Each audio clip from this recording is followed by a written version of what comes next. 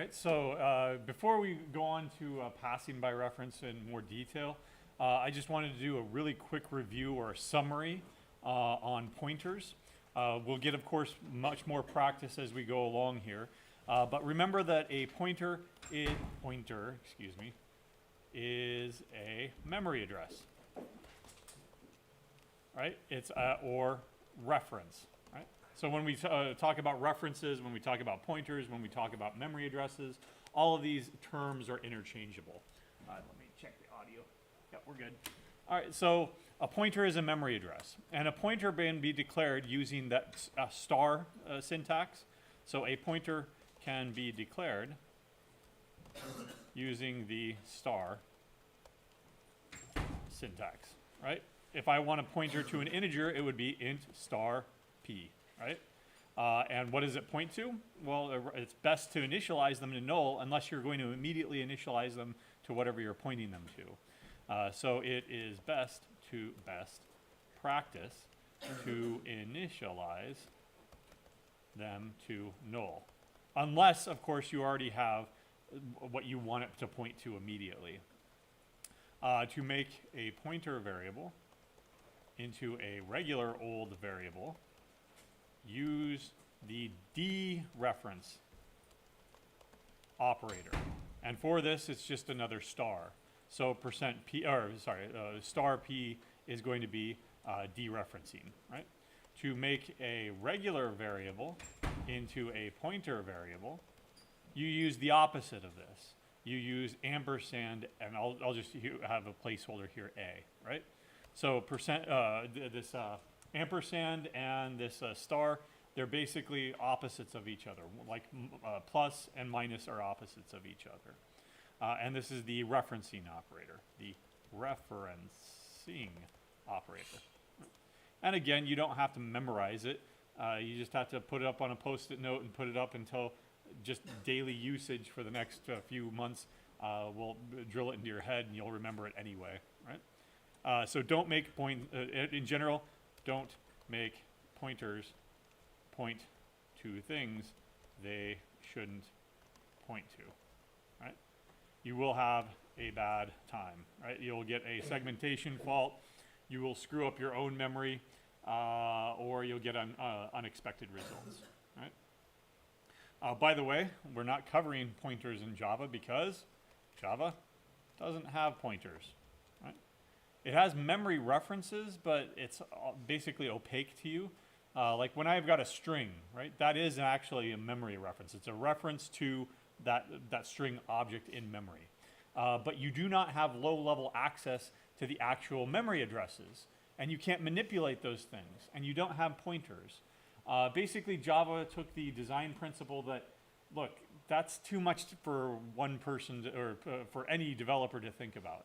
We're going to take some of the responsibility and some of the control away from you and give it over to the Java virtual machine over here. The Java virtual machine is going to handle all that memory stuff, right, for you, right? So it takes with C, great power comes with great power comes great responsibility. But with Java, that power has been taken away from you so that you don't have so much responsibility. So Java does not have pointers. Consequently, that swap function that didn't work at first in C, but that did work in C after we changed it to pointers, that's not possible at all in Java. You can't write a function like that, period. Yeah? Is there really a reason to use global variables in C then? Oh, global variables are evil. Globals are evil, right? So you'll see this term all over the place of that thing is evil, that thing is evil. It's just a colloquial term for it's terrible practice. Okay. What you should be doing in any language, what you should be doing is you should be transmitting data or information through parameters and return types all over the place. In fact, globals are so evil, there are some languages don't even have variables. They're functional programming languages like Haskell or Scheme or something, where you are either highly discouraged from creating variables entirely, or it doesn't let you create variables at all. Right? Instead, everything is a parameter to a function and a return value from a function. Right? Globals are evil, unless they're constants. But then they're not global variables, because they can't vary, they are constants. Okay. All right, so with pointers, with that great responsibility, comes passing by reference, right? And again, we're only looking at this with respect to C for now. Passing by reference opens up a lot of possibilities. Now you can return multiple values, right, from a function by simply specifying more than one pass by reference variable.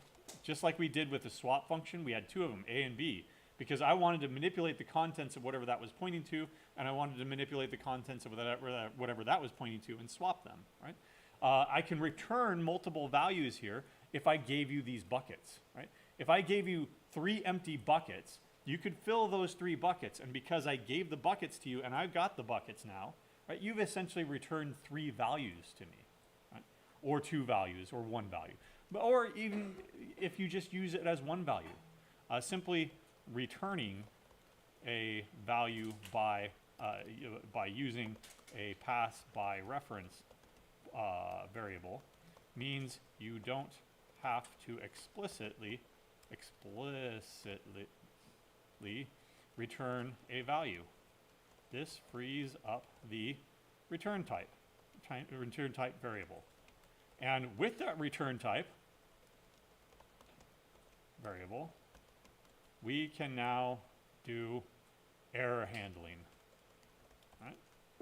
So how are we going to do that? For the rest of the time here, what I'm going to do is I'm going to go back to our math library, and let's redesign some of these functions.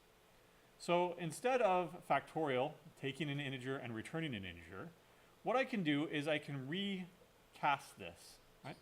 So instead of this return value right here, what we're going to do is we're going to pass it a variable by reference, int result. There we go. So there's a pointer variable. That means we don't have to return it anymore.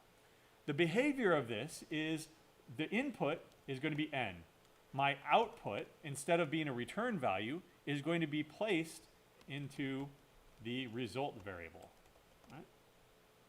So how do we do that?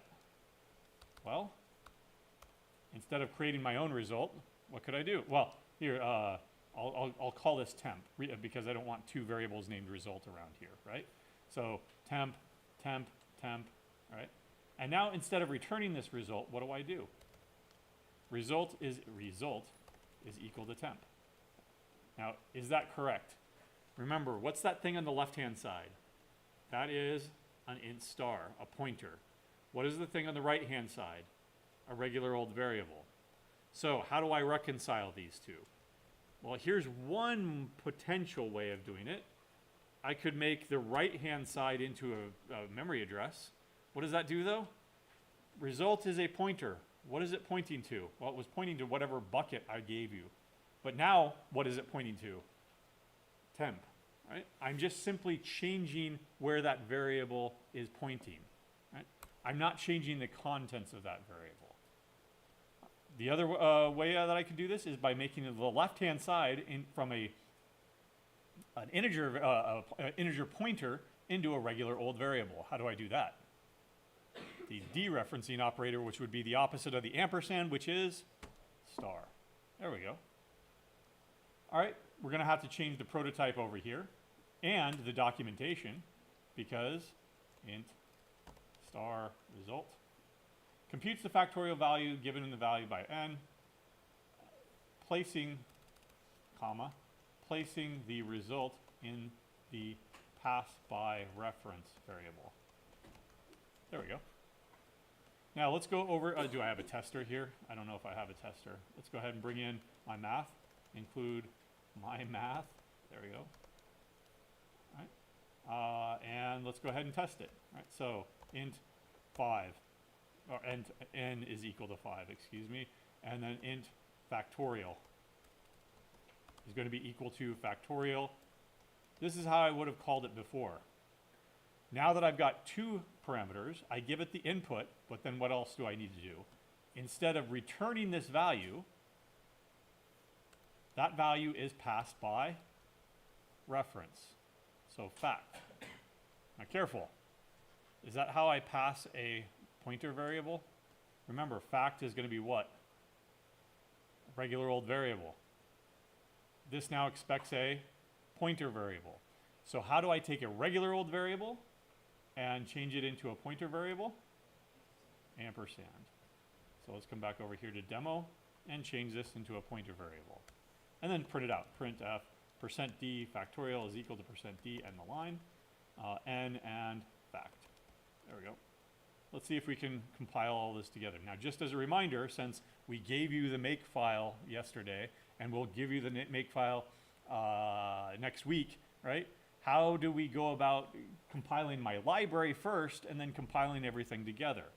So remember that you compile but not link with -c, mymath.c.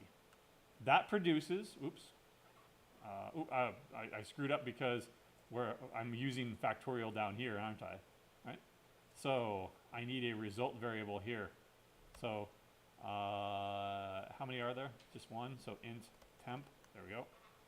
So factorial of whatever that is, and then I will put into temp here. And that's no longer returning something, so I'm going to have to move this out up here. There we go. And then I can divide by temp. Right? Okay. There. Now it's all compatible here. Again, instead of returning a value, I am now giving you this bucket. I expect you to fill the bucket with that result instead of throwing the result back at me. Okay? GCC demo.c along with mymath.o and maybe the math library. I'm not sure if I use it. I do. POW. So I need to link all that stuff together. And 5 factorial is what? 120? Hey, it worked. Okay. So why would you do this? I mean, factorial, who cares? It seems like the other way of doing this is so much easier. And in this particular case, I would agree. But now think about your lab yesterday, especially for those who did the C version, right? You needed to compute an R, a G, and a B value, right? Doing it the other way, the way that we first learned, what do you have to do? You have to create a 2 sepia red, 2 sepia blue, 2 sepia green, right? You have to have 3 functions that basically do the same, the same collective operation, right? Whereas if you have 3 pass by reference variables and you give them 3 buckets, then there's one function that is responsible for filling all 3 of those buckets at once. You only need one function call. So if you need to compute multiple outputs, right, then passing by reference is a great way of doing that because you can return multiple values at the same time, right? RGB. And that's what you're going to do next week. You're going to do the exact same lab, but instead of 3 functions, you'll write 1 function. So make sure that you kept your code. Yeah. Yeah, we will. We'll get there. We got to cover arrays first. In fact, the way that you set up arrays is you call malloc, stands for memory allocation, and it returns a pointer to a chunk of memory that you can then use as an array. Exactly. All right. All right, well, that frees up the return value here, that we can now use it for other purposes. What if you were to call factorial on -5? Is that defined? Nope. What if you were to call it on 0? Is that defined? Yeah. All right. Well, what is the factorial of 0? 1. Good. Right? What if you were to call it on, I don't know, 1000? Now that is defined, but can an integer hold 1000 factorial? No. All right. So we've got some error conditions here, right? Too small, too big, right? How do I transmit those error conditions back to the calling function here to know that I did something wrong, right? Well, one thing that I could do is over here inside my function, I could check for n. If n is less than 0, right? That's bad. Let's go ahead and print an error message. Error. You can't do that, jabroni. Right, there we go. And let's go ahead and exit on them. Now, let's think about that strategy for just 1 second here. Did it print anything when you called square root on -1? No. Did it kill your entire program if you called square root on -1? No, right? It was just an error, and you went on with, it was your responsibility to make sure that that didn't happen, or that if that did happen, then you took care of it later on. When you printed it out, what was the consequence? Not a number, right? This is not a great strategy because we're taking control away from you. This is my library right here, right? I'm expecting you to use my library. I want you to use my library, and I want it to be flexible for you. If I'm taking the decision away of what happens when n is negative, right, that should be your decision on what happens. I should tell you that that was an error condition, but ultimately, if you want to exit, go ahead, that's your business. If you want to read alternative input, go ahead, that's your business. Right? Think about many other error conditions. File not found, bad password, reprompt them for it. File not found, go ahead and create a default one, right? Or kill the entire program, or internet connection not found. Okay, wait 5 seconds and retry it. Wait 5 seconds, retry it. After the third try and failure, then notify the user that something happened, right? All of these things are possible only if I give that decision back to you. If I exit on you, and nope, sorry, that kills the entire program. I'm taking away your decision-making ability. Right?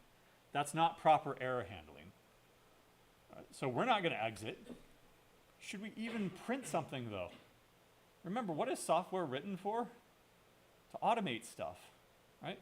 You don't have somebody sitting there 24 hours, 24/7 looking at your program, waiting for something to happen and looking at, okay, somebody passed the negative to the factorial function. I'll jump into action now, right? No, you do want to print stuff, but you generally want to print stuff to a log, a system log. By the way, that is not valid C code. There's no log function, right? But that's the idea, right? We're not going to print anything. What, would that work? Well, because there's probably a log function in the math library, and a string is just numbers. Man log. Okay, we don't have a man pages anymore. Okay. Minimized by removing packages and content that are not required. Oh, wow. Thanks a lot. Anyway, the documentation apparently is not required anymore. But no, I think it's ln. Or no, it is log. I'm not sure. But yeah, you're right. You'd want to bring in some sort of a library, like, I don't know, awesome C log function, right? Because you definitely don't want to, have a conflict here. Remember what was that called? Function overloading, right? Once we polluted the namespace by having a log function in the math library, we can't call it log anymore. We would have to call it, I don't know, whatever your awesome library for logging is, _log, right? All right, so we're not going to do either one of those things. But we have this return value here. Right? So what I'm going to do is I am going to check for errors. If n is less than 0, then that's an error. I'm not going to do this dangerous stuff down here. Instead, what I'm going to do is I'm going to return an error code. 1, right? Indicates a negative value error, right? Okay. Well, I also want to tell you that, oh no, that's too small, that's too big, right? Otherwise, it's just Goldilocks. Have you ever heard that term before? Right? The Goldilocks zone, right? Not too hot, not too cold, just right. So, not too small, but it could be too big. Else if n is greater than something, then let's return a different error code, 2. Indicates a too big error. There we go. Oh no, too big, what do we call that? Overflow. Right? There we go. So what is that question mark there? So what is the largest value of Wolfram Alpha here? The largest value of 10 factorial is less than 2.147 billion. 147, 123, 123. There. That's certainly true. So can we go up to 15? False. Okay. So what should I check next? I checked 10, I checked 15. 12. Okay, 0.5 not defined. Let's go ahead and check 12. True. All right, now what should I check? Just 13. False. Oh, okay, so 12. 12 is the limit. If it is greater than 12, we cannot do that. Right? What we were doing there mentally is something called binary search, which we'll look at later on. It is a fundamental algorithm in searching and sorting and data processing. Right? Okay, what else could go wrong?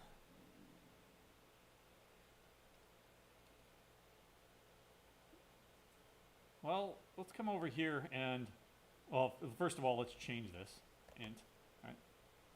And let's update our documentation. Returns a non-zero error code under any error conditions. There we go. So what should I do if there is no error? So here's the convention in C. Remember, true, false, right? What is false? 0. What is true? Anything else, right? So my question to you, was there an error? 1, yes, there was. 2, yes, there was. 3, yes, there was. 0, no, there was not. And so we use the same conditions and the same conventions as the Boolean, as C treats a Boolean, right? So this indicates no error. Okay? Your function name is still Sorry, what? Your function name is still void. Oh, thank you. Int. There we go. Over in the header file, it's okay now. Okay, good. All right, let's go ahead and just compile this. It works. Although I should be using the wall flag, everything's still good. Let's compile everything together and make sure that that works. All right, there we go. 4096, where did we get that? All right, remember, -5 factorial, is that defined? No. We're not capturing the error code over here, are we? So let's capture that error code. All right. And now this is where we make the decision. We don't make the decision in the function, we make the decision here. If an error occurred, obviously we're not going to print it out because 4096, what is that? Right? That's the, I have no idea what that is. That's 4K. I don't know where that came from. It's probably just garbage, right? It's random garbage.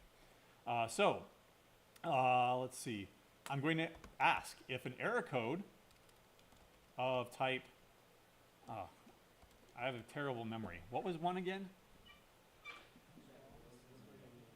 What was it? Okay, below 0. So printf factorials of negative are not valid. We'll print an error message and we'll exit on them or something like that. Right? Again, I have a terrible memory here. I don't have that bad of a memory, but what was error code type 2 again? Yeah, it was overflow. It was a bit too big, right? Printf input too big, right? There we go. So, have you ever seen the blue screens of death? Right, where something happens in a Windows operating system, and you don't know what happens, and to the end user, all it does is prints out a bunch of gobbledygook, a bunch of memory addresses and stuff, right? And they say, a fatal error happened, right? Here's a report, we'll send it on. Is that too helpful to the end user? No, grandma's not going to be debugging with the Windows operating system anytime soon. Most people aren't going to be debugging the Windows operating system anytime soon. That's where error messages like this come in, right? Some human readable or intended for regular old users to understand. Factorials of negative values are not valid. Okay, well, that's, as long as you know what you're doing with factorials, that's pretty straightforward. If I were to say overflow, right?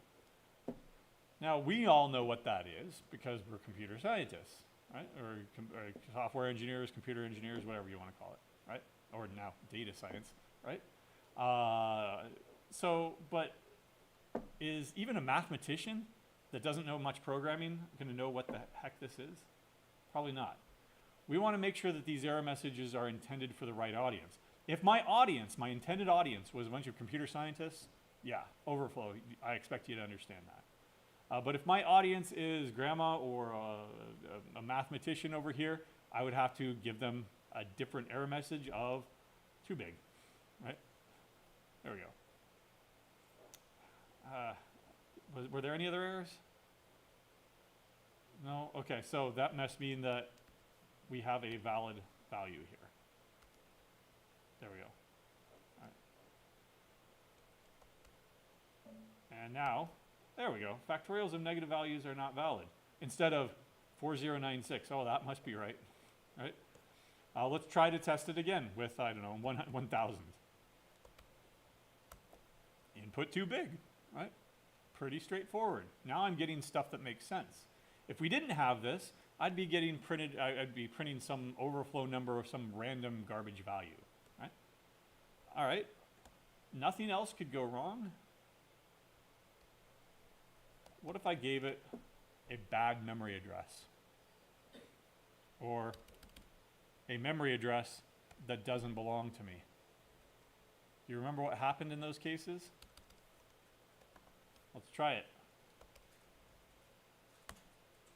Segmentation fault. There's not much we can do to check to see, is 101 a valid memory location, and if so, does it belong to us? That would be an extremely low-level systems programming level kind of a question. We don't have that kind of question, but we can see if they gave us a null pointer. Let's understand what happens in this program when this occurs. So, n is fine, n is fine. This is all fine. But when I go to dereference this null pointer, what ends up happening? So null is not a valid pointer, right? It's pointing to nothing, right? So when I try to dereference that to put something into that bucket, right, does that bucket exist? No, it's null. So this is called dereferencing a null pointer, right? And at this point, to get you to remember this, I will ask Bret Hart to teach you. I thought you were gonna sing a song. Nope. It's even better. All right, there we go. All right, now, I was listening to before this gets played, I've got a million ad blockers, and so YouTube is forced to reload a couple of times here. Anyway. Say what? More than one, because not everybody has the same blacklists. I've got Privacy Badger, Ghosterly, DuckDuckGo, Ad Blocker, uBlock Origin, and then just the enhancer for YouTube, right? So I would recommend all of them, right? These kind of videos are very interesting. What? Oh, well, that's me. I have no idea what the heck any of that. I've definitely watched that. Nerf pistol terrifies me. When your student writes, oh, okay. Amy Silverberg, I have no, that's a Comedy Central thing. I have no idea. Anyway, to explain about this guy, anybody know who Bret Hart is? Right. Exactly, he was a wrestler. And back in the 90s, he was very, very big. He was a Canadian wrestler. There was a computer, there was a wrestling game that was developed. And as part of a promotional video for it, they had the wrestlers come in and talk to the actual developers, and they did little comedy skits. And here's one of those comedy skits. Come on, you guys. There it is, right there in front of you the whole time. You dereferencing a null pointer. Open your eyes. There you go. So, anytime you find yourself dereferencing a null pointer and you're getting a segmentation fault, smack yourself upside the head and remember, we need to check for that. How do we do that? If the result is null, then I'll return yet another error code, right? Indicates a null pointer error. There we go. There are a whole bunch of types of errors that you can do. I mean, you can go ahead and keep going this in this direction, just enumerating more and more types of errors. Yeah? Is there like a standardized set of error values? POSIX codes. Yes. And no, let's error no, .h. These are used by the system. These are not intended for you to use, except that if you're checking for errors. In fact, there are only 3 actually defined by the C standard. We'll cover this in more detail later. EDOM, E-range, and illegal sequence. This almost never comes up. In fact, I can't force this to happen. But EDOM and ERange are pretty straightforward. DOM stands for domain. So you remember from, I don't know, high school algebra, the domain and the range of a function. The domain is the set of valid inputs, and the range is the set of valid outputs.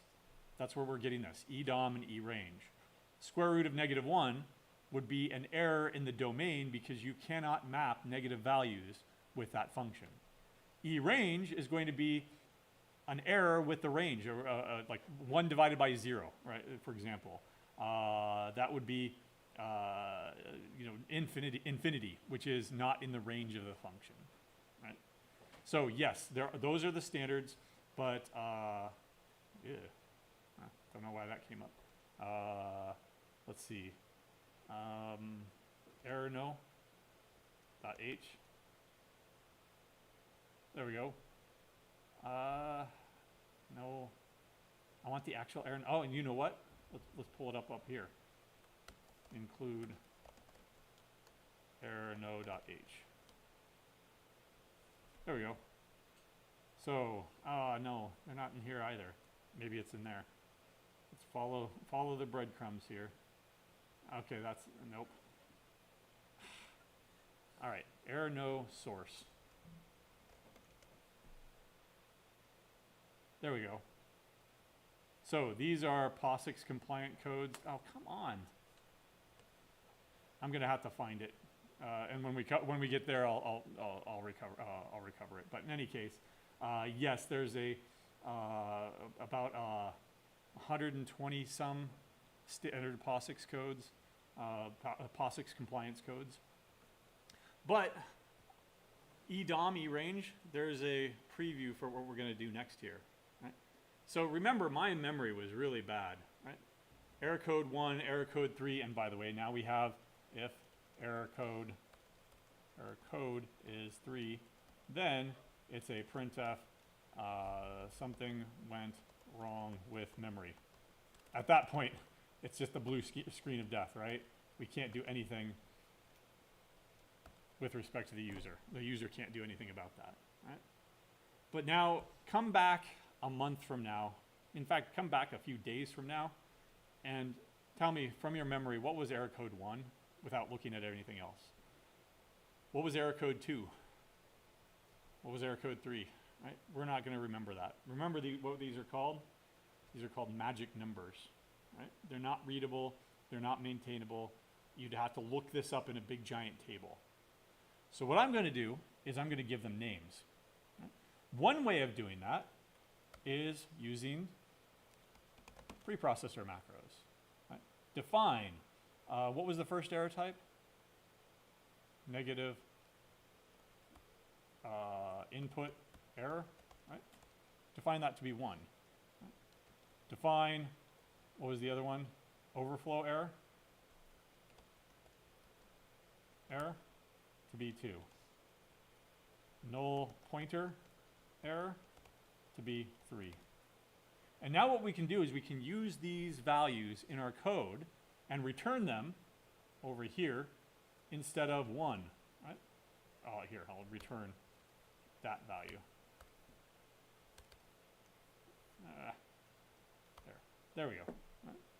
And now, do I need this comment anymore? No, in fact, that comment is cruft. We're still seeing folks leave cruft like this in their code. Code should be self-documenting. Now it is. That magic number 1 was not self-documenting. What was 1 again? Look up the documentation, right? Or read the documentation.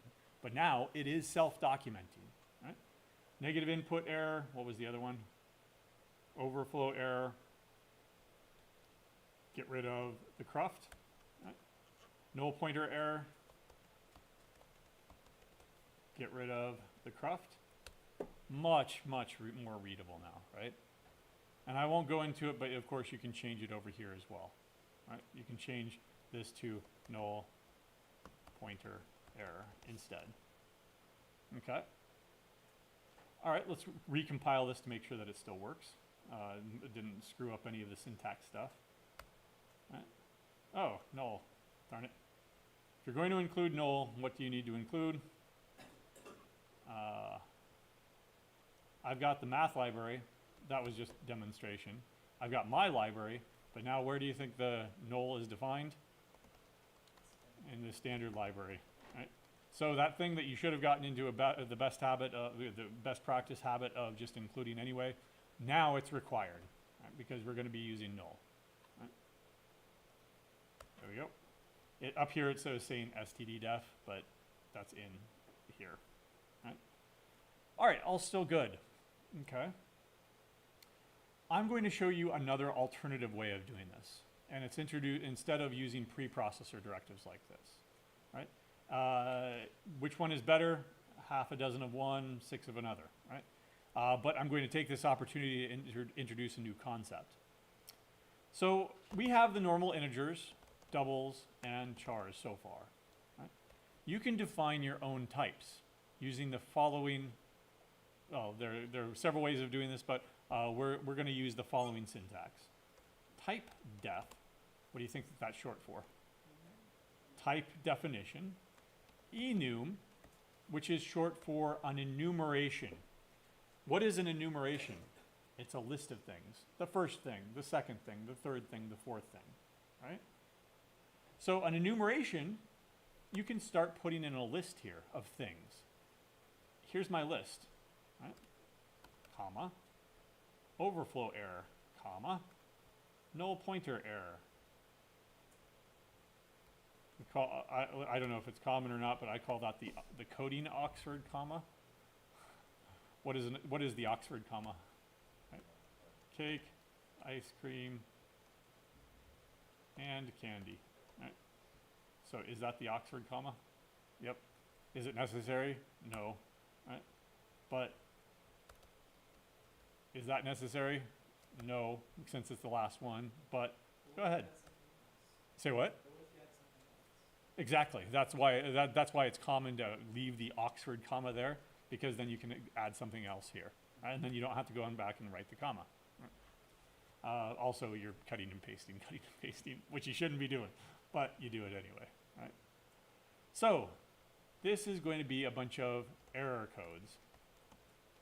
Right? So type def, type define or definition, enum, an enumeration, a list. And then we've got an opening curly bracket, a closing curly bracket. This is the name of the enumeration. This is no longer an integer. Before, again, we've got built-in types, int, double, and char. Now we've got our own user-defined type here, error code. What I can do is instead of returning an integer, I can say, I'm now returning an error code. Over here in the definition file, there, I'm returning an error code. Over here in the demo, that's no longer an integer, it's now an error code.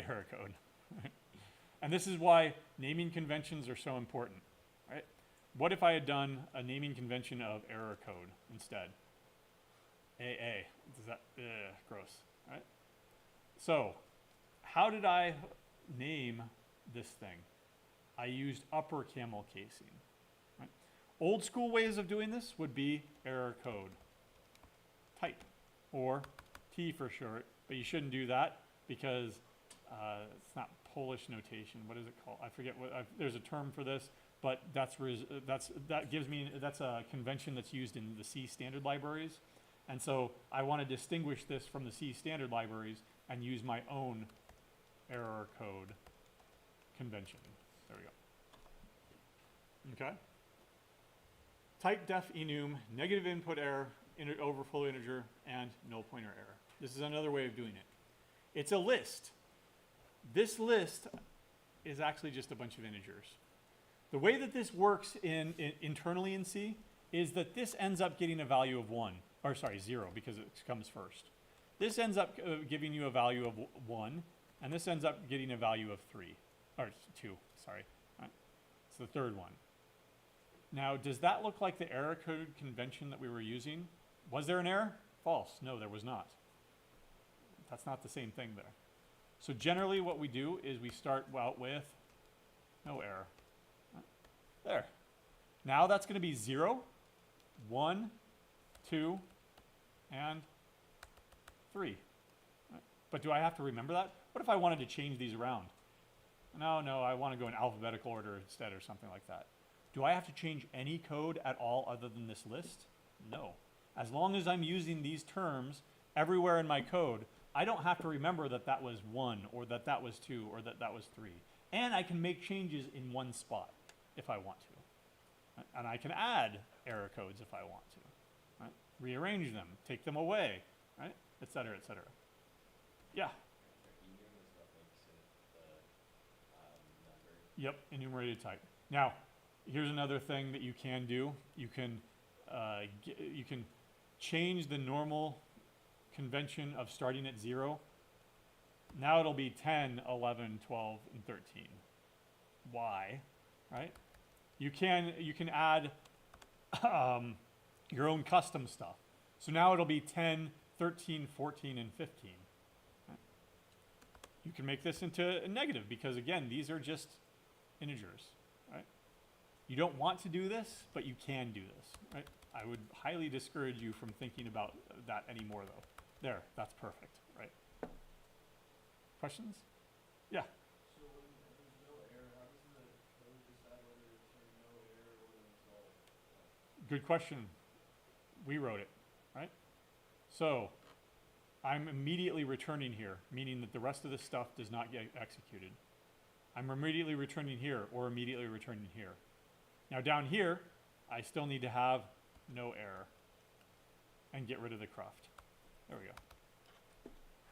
Right? So it returns 0, no error, or it returns some other kind of error. That way you can also have code that looks like this, right? So if, what was it called? Factorial. Factorial of n and, what was it? Fact, there we go.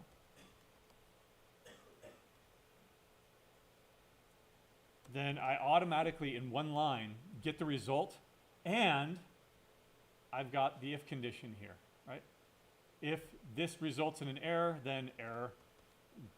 There's your error handling code, else, no error, right? Because it's returning either 0, indicating no error, or it's returning non-zero, 1, 2, 3, 4, whatever, right? If you want to switch these around to make it a little bit more sense, there we go. If not factorial, no error, error. Something like that, right? All right, let's compile all this together to make sure it still works. Yeah, go ahead. For consistency, wouldn't it make sense to make the rest of the error codes like non-magic numbers? Yeah, well, here, yes. I was just overflow. Let's go ahead and do it then. Too big overflow would be this, and then negative input error would be this. And now you see that the order doesn't matter because I already switched out the order, right? GCC, oops, there we go, and all together. It's not going to change any of the actual behavior, right? There we go. But it's much more maintainable and readable now. Do you have to go and look at that documentation? Nope.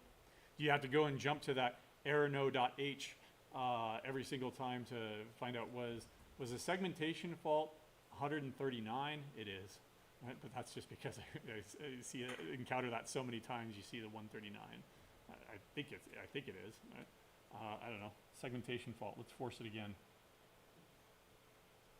No. All right. Oh, nope. Ah, we're being too defensive here. All right. Let me jump. Okay, here's a common error. A common mistake that people make. Should I try to do, where should I do error checking? That's a good question. Let's just go ahead and move this down here. Does this look right? Go ahead and do all your dangerous code up here, and then error check. No, this is leaping before you look. You look before you leap. Are you about to fall over the edge of something, right? So let's go ahead and see the consequences of this. GCC this, GCC that, and then there we got segmentation fault. What is it? Echo that? Nope. Echo. Oh, I know. Let's run this again. It's echo, there we go, 139. I was right, I remembered it. 139 is the exit code for segmentation faults. Right. I said 139, right? Okay, good. I did remember it. Right. This is just the last exit code of whatever the last program that was executed was. Right. So, is this right? No, you look before you leap. Right. And we'll codify all of this again on Friday when we look at error handling in more depth. Questions? Otherwise, that was the demo that I wanted to show, and then we'll come back and fill in all the gaps. No? Yeah. So does the order of the enumeration determine the value? In an enumeration, yes. Right? This is going to be 1, this is going to be 2, this is going to be 3. So when we look at another example on Friday, I'll say, well, what about a type def enum for days of the week, right? You could have, do we start at Sunday or Monday? Depends. All right, we'll go with Sunday, right? Monday, Wednesday, Tuesday. Right? Does that look right? It definitely won't be because this will be 0, 1, 2, 3. So it'll look like Tuesday comes after Wednesday. But that's only because it's internally, it's an integer, right? You can do checks like this, right? Is today greater than yesterday or something like that? But icky, right? There are better ways of doing that if you're thinking about time. Right? It's just to drive home the point that how is this actually done in the language itself? It's a bunch of integers. It's just, we call it syntactic sugar, right? Sugar because it tastes better, right? It's easier, it's more flexible, it's better to use, but internally, it's nothing special, it's just an integer, right? Now over here in Java, it's completely different. Right? I'll show you really quick here. New, hey, enum. There we go. And day of week. There we go. And these are not integers. Sunday, we decided Sunday, right? Monday, Tuesday. There we go. These are not integers. You cannot treat them like an integer. So for example, I can't over here in my math say something like day of week dot Sunday, Saturday. Oops, that's somebody else's day of week. All right. Java.time is day of week. That's not what the day of week that I wanted. Dot Monday, there we go, unl.soc is greater than day of week dot, I had Sunday, right? There we go. If do something. You can't do that because these are not integers. Right? You could do something like this in C because they're integers and 5 is less than 7, but this isn't how it works in Java. Java, it is an actual type. Right. Any questions? Other questions? Otherwise, we'll review this on Friday too. Do what? Sunday, Monday, Tuesday. The use case for this stuff is any time that you have a list that's probably not going to change. Right? You don't use this for error handling in Java. Instead, in Java, you use exceptions, which is what we'll cover on Friday. Right. Sunday, Monday, Tuesday, java.time. Anything that's an enumeration, like freshman, sophomore, junior, senior, right? January, February, March, April, whatever you want. Right. All right. Have a